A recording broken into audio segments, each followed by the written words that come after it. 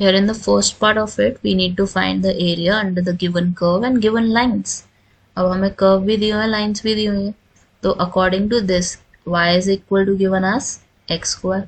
और y is equal to x square कहाँ पे बनता है? Between the first and the second quadrant, like this, y axis पे.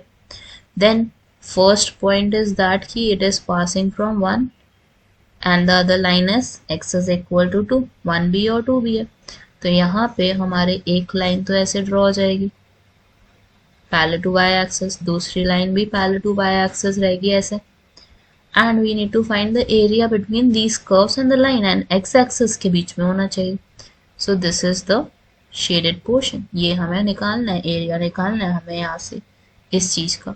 And there must be a point जहाँ पे ये हमारी लाइन और ये कर्व इंटरसेक्ट कर रहा है. तो कौन सी लाइन है? y is equal to X square है कर्व, और x इज इक्वल टू 2 है.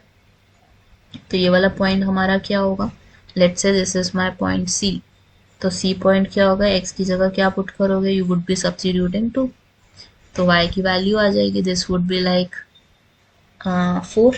तो हमारे पास ये कोऑर्डिनेट आ गया 2,4 इज द. अब हमने निकालना क्या? We need to find the area under the curve. Equation of parabola is given to us. Area required कितना हो जाएगा इसमें? It would be equal to y dx, और x कहाँ से कहाँ वेरी कर रहा है? 1 से 2 तक.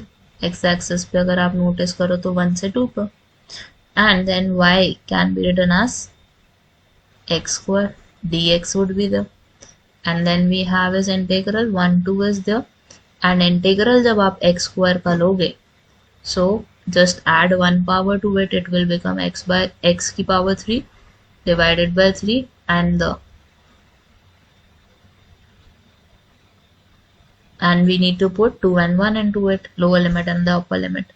तो यहाँ पे x की जगह पहले क्या पुट करोगे आप? You would be substituting 2 cube over 3, then minus का साइन आ जाएगा. x की जगह क्या सब्स्टिट्यूट करोगे?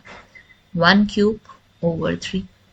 So 2 cube is nothing but 8 by 3 minus 1 by 3. So 8 minus 1 would be 7 by 3. So what is the answer for the first one? Area would be equivalent to 7 by 3 square units.